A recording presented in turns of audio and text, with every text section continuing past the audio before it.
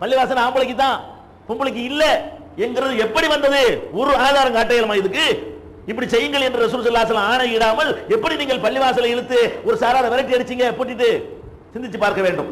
அதே மாதிரி நபிகள் நாயகம் ஸல்லல்லாஹு அலைஹி வஸல்லம் என்ன செய்வாங்கன்னா, தொழுது முடிச்ச உடனே ஆம்பளைங்க எல்லாம் அப்படி இருங்க சொல்லுவாங்க. எதுக்காக வேண்டி? ஃபர்ஸ்ட் பெண்கள் போகட்டும். கூட்டமா கலைஞ்சு போனோம்னு சொன்னா ஒருத்தர் இடிச்சுக்கிட்டு ஒருத்தர் தொந்தரவு பண்ணிக்கிட்டு இருக்கக்கூடிய வாய்ப்புகள்லாம் இருக்கிறது. எதிர்காலத்துல அன்னைக்கு சஹாபாக்களை விட்டுருங்க, பிற்காலத்துல நல்லவன் கட்டவெல்லாம் வருவான், பள்ளிவாசலுக்கு வர்றவன ஒரு மாதிரியான நோக்கத்தில் கூட வந்துருவான். அதையெல்லாம் ரசூலுல்லாஹ் கவனத்தில் கொண்டு என்ன சொல்றாங்கன்னு கேட்டா, தொழுத உடனே அப்படியே ஆண்கள் அமருங்கள், முதல்ல பெண்கள் உடனே வெளியேறுங்க. பெண்கள் வெளியேறி முடித்த பிறகு ஆண்கள் என்ன செய்வாங்க? வெளியேறுவாங்க. ஏன்னா வெளியேறக்கூடிய வழியில தான் அதிகமான நெரிசல் ஏற்பட்டுரும்.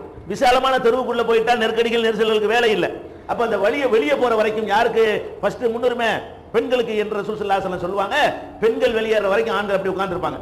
அதுக்கப்புறம் எழுந்த ஆண்கள் பள்ளிவாசலை விட்டு வெளியே போவாங்க என்ற ஒரு செய்தியை பார்க்கிறோம். அப்ப இதுல என்ன விளங்குது? நபிகள் நாயகம் ஸல்லல்லாஹு அலைஹி வஸல்லம் அவர்கள் வெளியே போகும்போது ஒருத்தர் இடித்துக் கொள்வார்கள் என்கிற ஒரு நிலையில, அதுதான் ஏற்படும் என்ற நிலையில இதை தடுத்திருக்கலாம்ல. நம்ம நினைக்கிற மாதிரி நினைத்தால் இதெல்லாம் வேணாம், ஆம்பளை கலந்து போறீங்க, ஒருத்தர் இடிக்கிற மாதிரி வருது அப்படின்னு சொல்லி அந்த செயலை தடுக்காம, அந்த இடிக்காம இருக்கிறதுக்கு வேற ஏற்பாடு தான் சொல்லி தர்றாங்க. இடித்துக் கொள்ளாமல் இருப்பதற்கு என்ன ஏற்பாடு? ஃபர்ஸ்ட் நீ போ, ரெண்டாவது நீ போ, நீ முந்தி இருக்கிற, பெண்கள் பிந்தி இருக்கிறாங்க, பிந்தி இருக்கிறவங்க முத போவது நல்லது, முந்தி இருக்கிறவங்க போச்சுன்னா கடந்து மிதிச்சுக்கிட்டு போகணும் அப்படின்னு சொல்லி ஒரு ஏற்பாடைத்தான் ரசூல் ஸல்லல்லாஹு அலைஹி வஸல்லம் உண்டாக்குனாங்களே தவிர தடுத்தாங்களா? எப்படி நம்ம தடுத்தோம்? இதெல்லாம் எதுக்கு ரசூலுல்லாஹ் செஞ்சாங்க? நடைமுறைப்படுத்துறதுக்கா அல்லது சும்மா கேட்டு இந்த காதுல வாங்கி இந்த காதுல விட்டுட்டு போறதுக்கா?